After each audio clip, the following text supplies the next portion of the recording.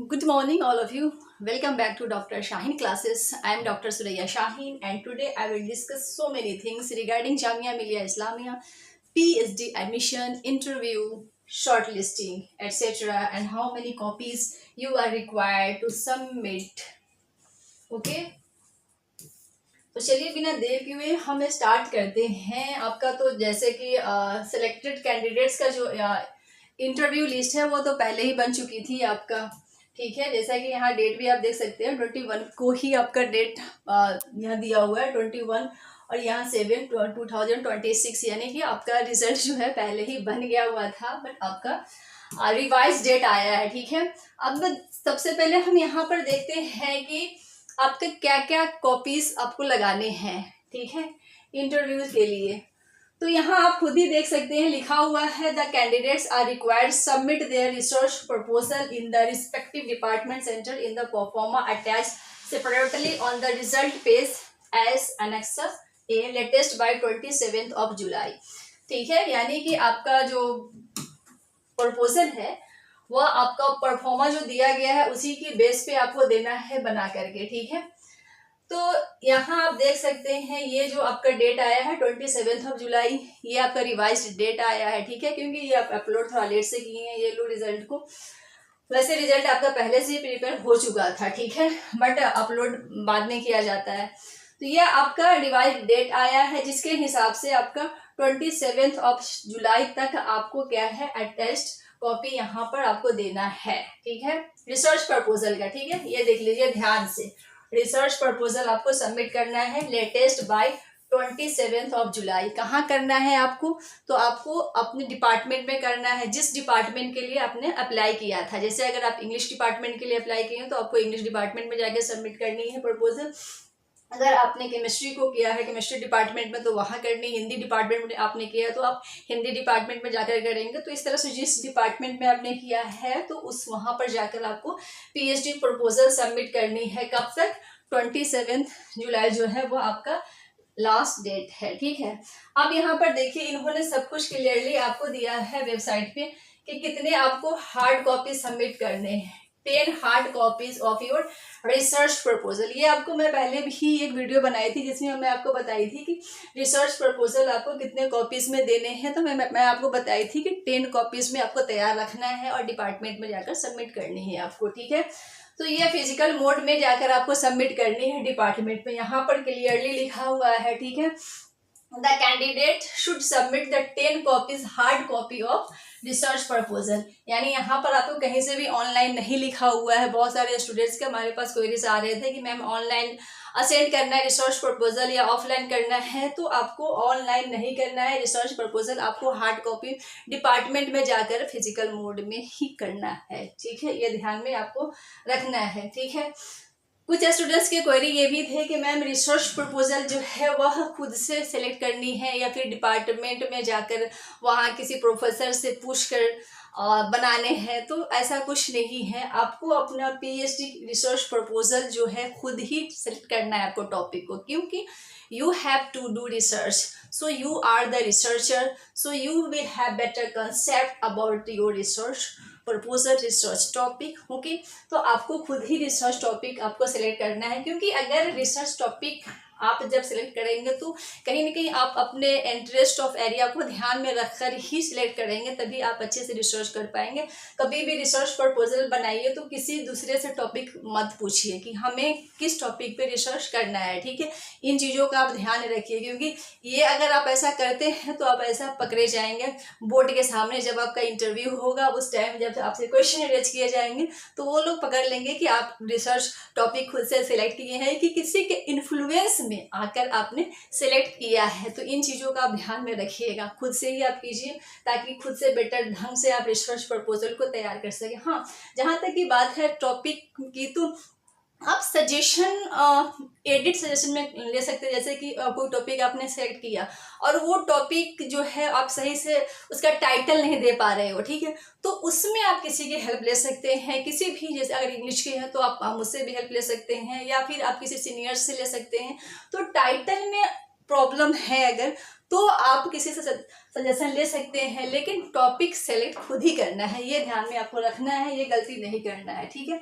अब हम आगे बढ़ते हैं, ठीक है। अभी मैं आपको बाकी सारी चीज़ें जितनी भी है इंटरव्यू से रिलेटेड सब मैं आपको बता दूंगी, ठीक है। और कितने कैंडिडेट सिलेक्ट हुए हैं इंटरव्यू के लिए वो भी मैं बताऊंगी आपको, और कितना लगभग हो सकता है वो भी मैं बताऊंगी। हालांकि मैं कोशिश करूंगी उसका एक अलग से वीडियो लाने के लिए, ठीक है। देखिए क्या क्या करना है, यहाँ लिखा हुआ the candidate should submit 10 copies hard copies of research proposal, ये हो गया। उसके बाद रिसर्च प्रपोजल के साथ साथ आपको कुछ डॉक्यूमेंट्स भी सबमिट करने हैं, ठीक है। मैं पहले भी आपको बताई थी, एक वीडियो बनाई थी, तो कि आपको फोटोकॉपी भी आपको देने होते हैं डिपार्टमेंट में, ठीक है, इंटरव्यू के लिए।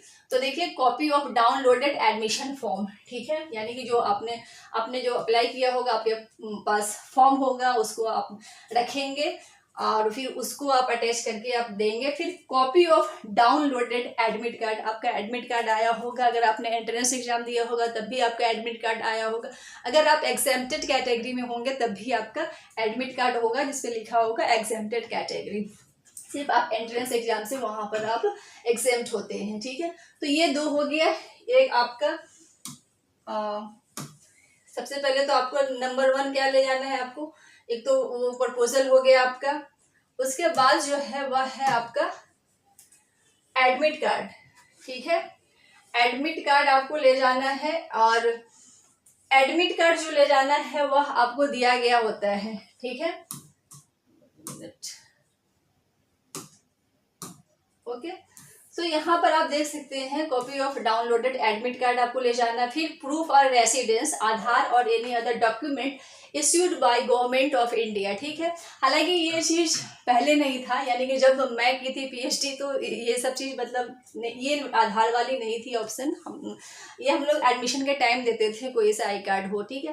लेकिन अब थोड़ा सा क्या होता है कि हर साल कुछ ना कुछ चेंजेस आते रहते हैं, तो आपका ये चेंजेस है कि आपको एक प्रूफ ऑफ रेसिडेंस देना है, यानी कि आप आधार दें या कोई भी other document issued by government of India, यानी आपके पास वोटर आई कार्ड है, आई थिंक आपका पैन कार्ड भी चल सकता है, लेकिन यूजुअली लोग आधार ही प्रेफर करते हैं, तो ये आपका ठीक है ले जाना है। एनओसी, मैं पहले भी आपको बोली थी कि एनओसी की जरूरत होती है, NOC if applied in part time mode, ठीक है।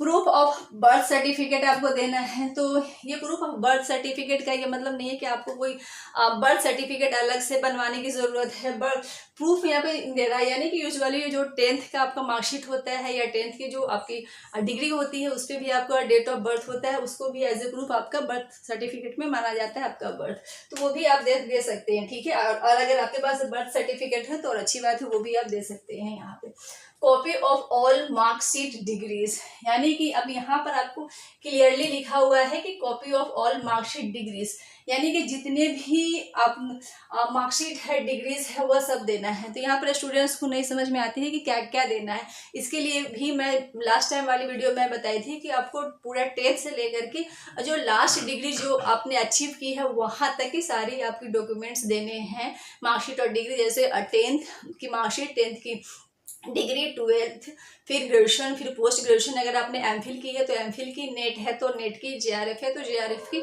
ये सब आपको देने हैं, ठीक है।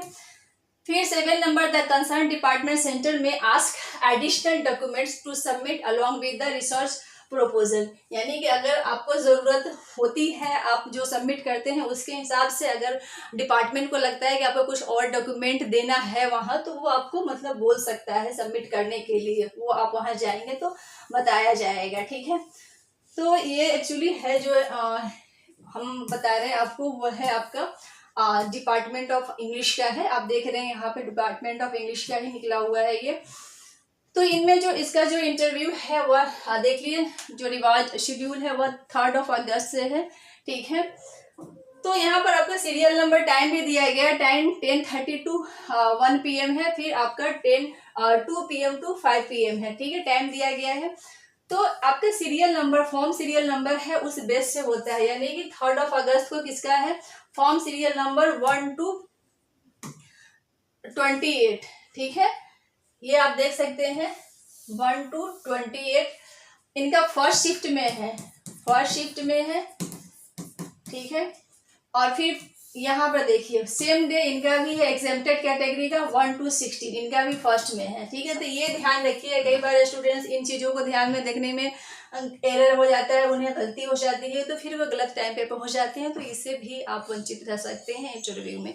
तो आपको ये चीज़ को बहुत ध्यान से देखना है कि आपका किस डे पड़ रहा है, यानी आप अपने फॉर्म सीरियल नंबर से यहाँ पे आप मैच कर सकते हैं अगर आप इंग्लिश डिपार्टमेंट से हैं तो, यानी कि वैसे लगभग सारे डिपार्टमेंट का परफॉर्मा इसी टाइप से आपको निकलेगा। तो 1 to 28 का है जो जिनका एंट्रेंस टेस्ट बेस पे हुआ था, फर्स्ट शिफ्ट में है 10:30 से 1 PM तक। फिर उसी दिन उसी शिफ्ट में है फॉर्म सीरियल नंबर जो है 1 to 16 का जो एग्जेम्प्टेड कैटेगरी है उनका भी है, ठीक है।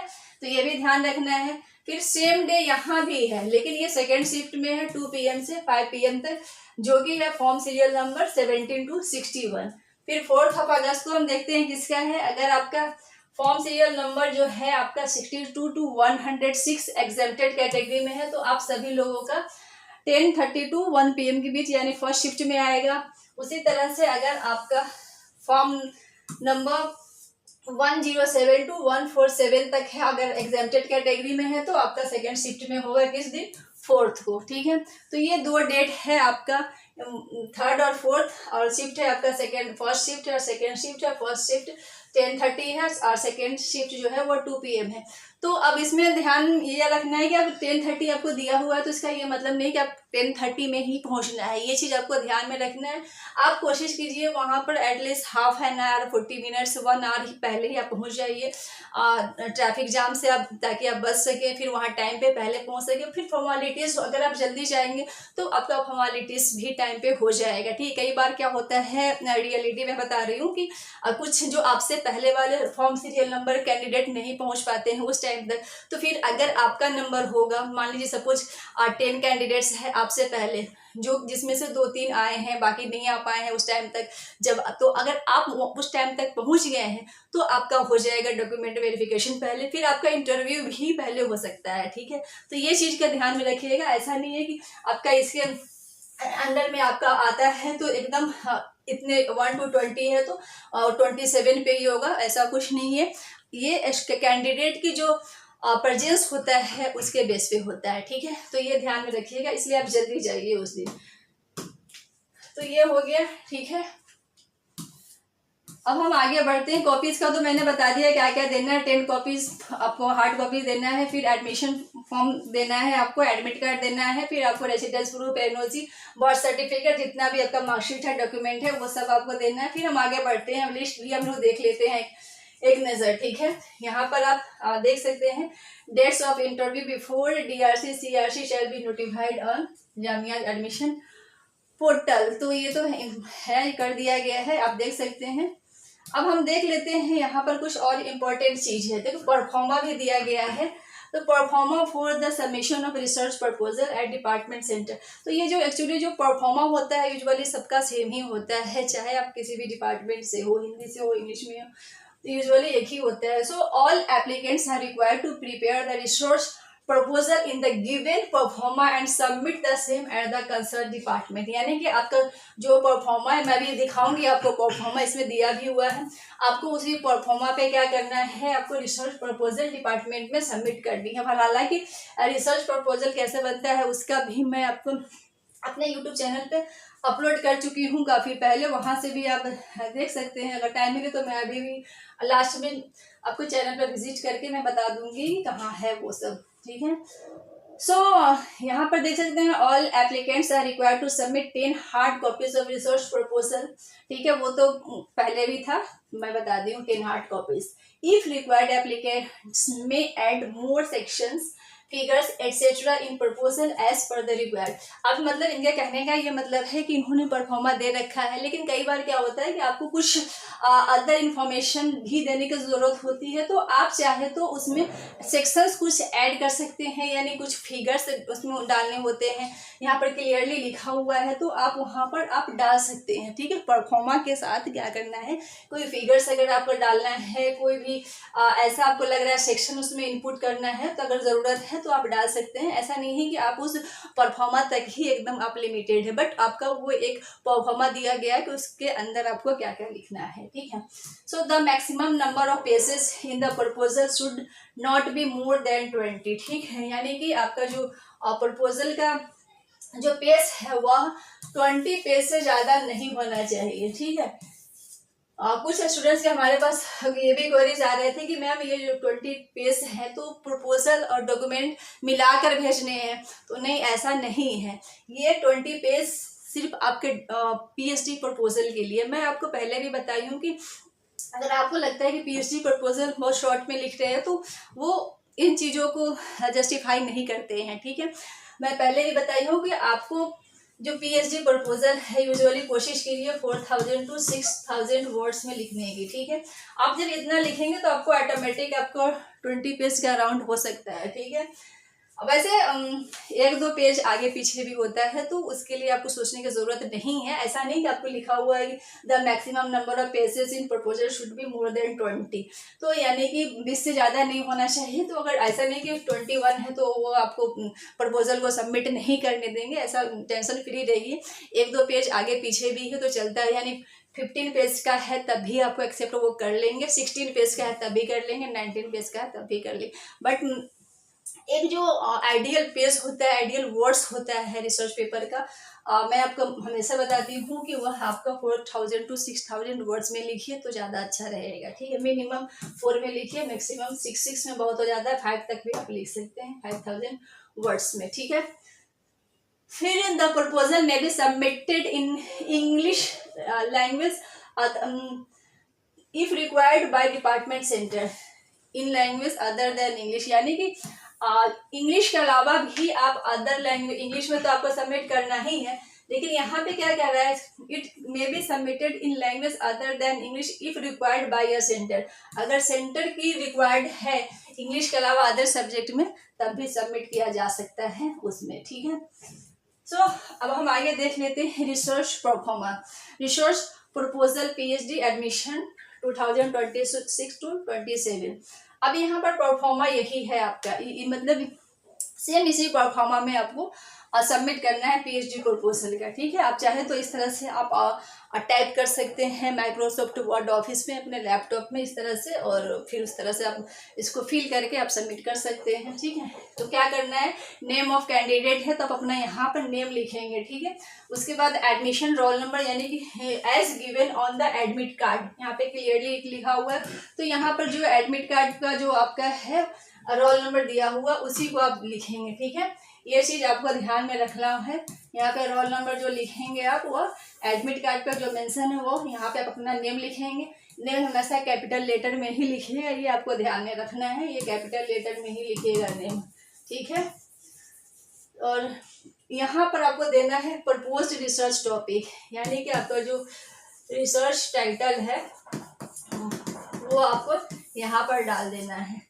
फिर name of the department centre where proposal to be submitted, ठीक है, क्योंकि आप सबमिट कहाँ करेंगे अपने प्रपोजल को, तो जिस डिपार्टमेंट के लिए आपने अप्लाई किया है तो वहाँ पर आपने यहाँ पर डिपार्टमेंट का नाम लिखेंगे, ठीक है। जैसे आप इंग्लिश डिपार्टमेंट में कर रहे हैं तो इंग्लिश डिपार्टमेंट आप लिख सकते हैं ह्यूमैनिटीज़, ये ह्यूमैनिटीज़ के अंदर में आता है, ठीक है।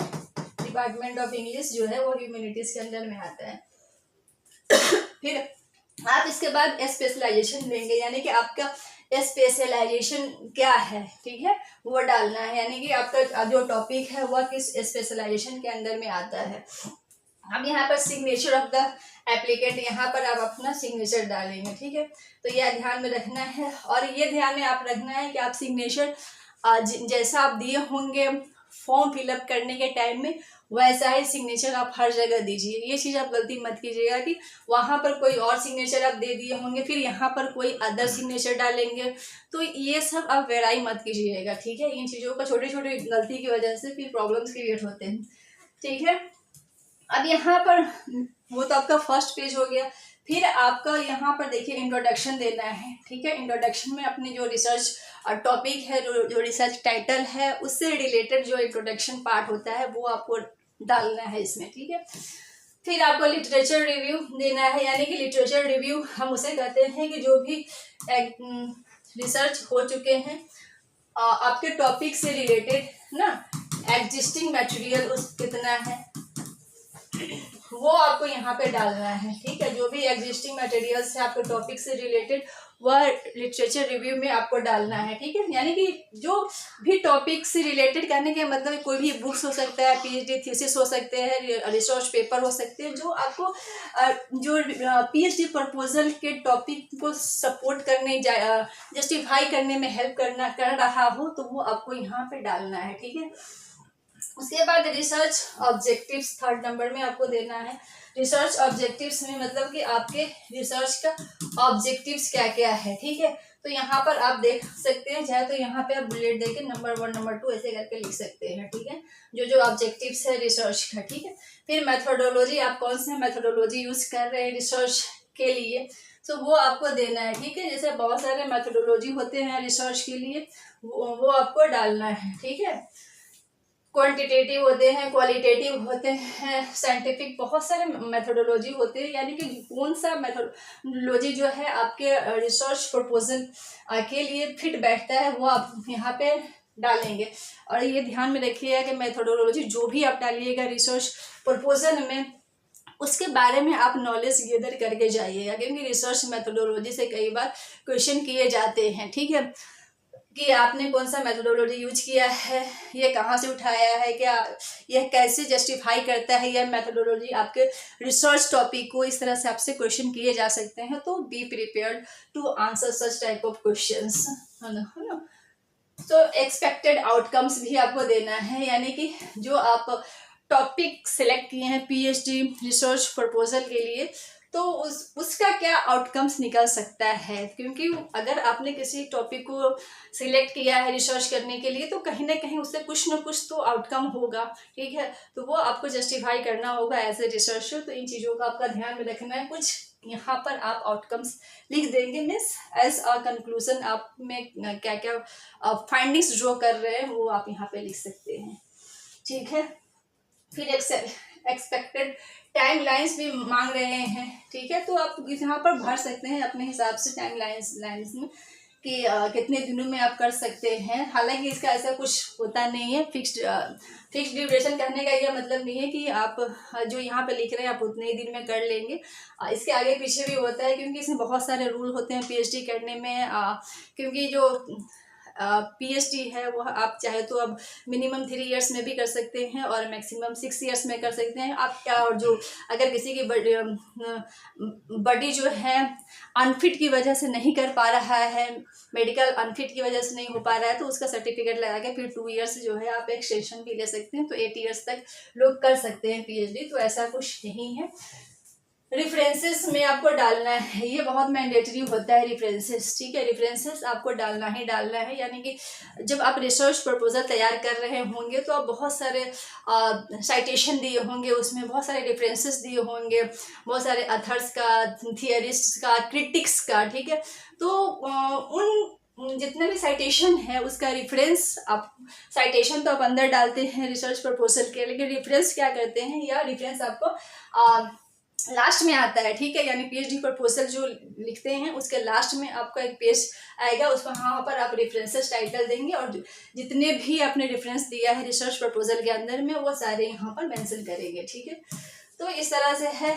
अब देख लीजिए यहाँ पर जो है आपका schedule of admission in the PhD programme for the session 2026 to 27। अब यहाँ पर जो है वह आपका पूरा डेट का पूरा रिवाइज डेट का पूरा शेड्यूल आया हुआ है।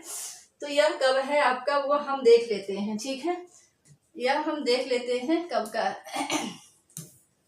यह है research proposal to be submitted to various department, यानी कि वेरियस डिपार्टमेंट्स में जो सबमिशन का जो है वह लास्ट डेट है वह है आपका या 27 जुलाई, ठीक है। यानी कि आपका 27 जुलाई तक आप सबमिट कर दीजिए अपने डिपार्टमेंट में जाकर के पीएचडी प्रपोजल का 10 कॉपीज, और उसके साथ जो भी डॉक्यूमेंट्स हैं सारे डॉक्यूमेंट्स मैं आपको पहले बताई हूँ, इससे पहले अभी जस्ट बिफोर इट, तो वो सारे डॉक्यूमेंट्स आप लगा दीजिएगा उसके साथ साथ कॉपी, ठीक है। फिर display of candidates called for interview, interview का जो कॉल आएगा वह आपको 28 तक आपका आ जाएगा, ठीक है, 28 जुलाई, ठीक है। यानी कि पीएचडी रिसर्च प्रपोजल 27 तक आपको कर देना है। फिर आपका 28 को ही आपका लिस्ट जारी कर दिया जाएगा, कॉल्ड फॉर इंटरव्यू। ठीक है, तो हालांकि आपका तो आ ही गया हुआ है, हम आप आगे देख लेंगे। यहाँ पर आपका इंटरव्यू का जो लिस्ट है वो आ चुका है, अभी मैं आपको बताई हूँ।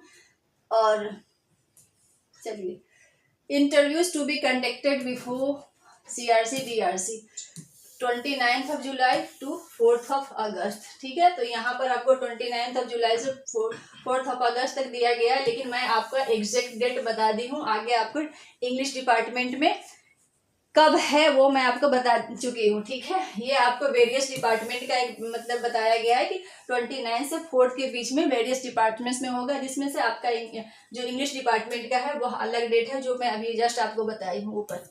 List of selected candidates to be displayed after approval from concern BOS SOS, यानी कि आपका जो सिलेक्शन लिस्ट है वो 5 अगस्त से 7 अगस्त के बीच में आपका आ जाएगा। ठीक है, और इस तरह से आपका एडमिशन फॉर्मेलिटीज जो कंप्लीट होगा वह 10 टू 14 अगस्त में हो जाएगा। तो ये जो होता है आपका एडमिशन फॉर्मेलिटीज, उसके लिए आपको 10 एंड 14 को जो है उसके बीच में होगी। ठीक है, तो इसमें आगे पीछे भी डेट आपको हो सकती है। ठीक है, 10 टू 14 में, क्योंकि सभी स्टूडेंट्स एक ही दिन नहीं जा पाते हैं, तो अलग अलग डेट पे भी जाते हैं।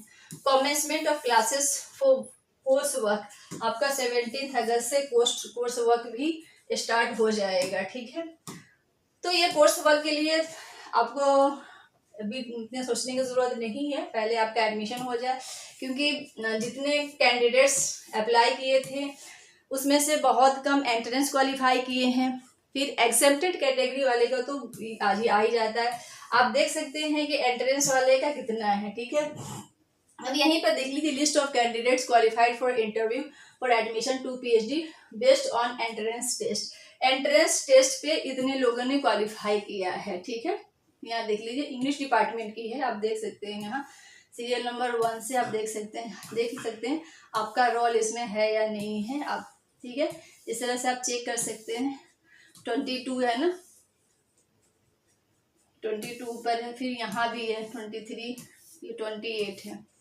अब यहाँ पे आ गया एग्जेम्प्टेड, यानी कि only 28 candidates have qualified written entrance test. ठीक है, यानी बहुत सारे अप्लाई करते हैं, उसमें सिर्फ 28 ही क्वालिफाई किए हैं। तो आप देख सकते हैं कितना कम रेशियो है क्वालिफाई करने का।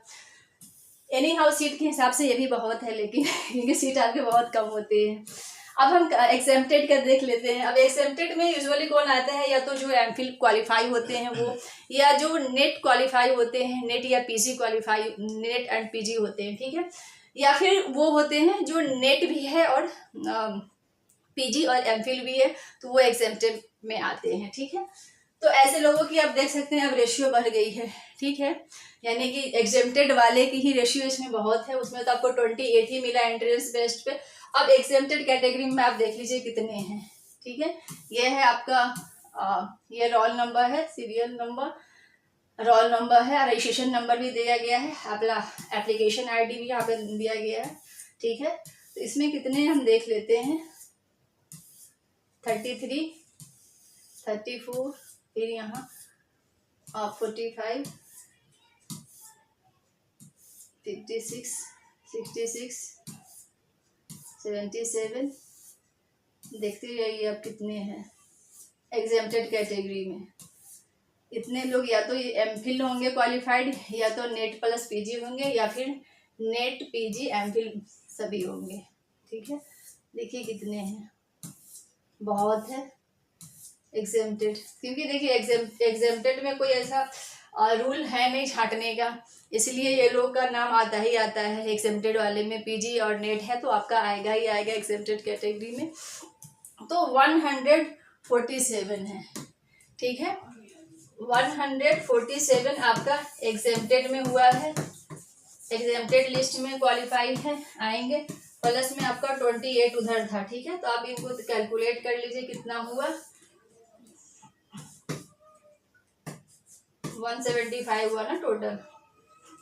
तो 175 कैंडिडेट्स पहुँचेंगे इंटरव्यू के लिए, तो वहाँ पर देखना है सिलेक्शन कितना होता है। सिलेक्शन ज़्यादा का नहीं हो पाएगा, क्योंकि 175 आपका सीट्स होते भी नहीं है आपके डिपार्टमेंट में, ठीक है, क्योंकि आपका जो है सीट लिमिटेड होते हैं। वो असिस्टेंट प्रोफेसर के अंदर में आपको सिर्फ और सिर्फ यूजुअली 4 लेना है एक बार में, और जो एसोसिएट है वो 6 को ही लेंगे, ठीक है, और जो प्रोफेसर होंगे वो 8 कैंडिडेट को लेंगे, ठीक है। तो ये भी इतना ही को ले सकते हैं। एक असिस्टेंट प्रोफेसर 4 को ही लेंगे, और एक एसोसिएट 6 कैंडिडेट को लेंगे, एक प्रोफेसर 8 रिसर्च स्कॉलर को ही लेंगे, ठीक है। तो इस तरह से आपका देखते हैं कितने लोगों का सिलेक्शन होता है। यूजुअली 25, कई बार 30, कई बार 40 मैक्सिमम होता है। तो ये है ओवरऑल आपका पूरा एनालिसिस आपके रिवाइज्ड शेड्यूल का। Thank you.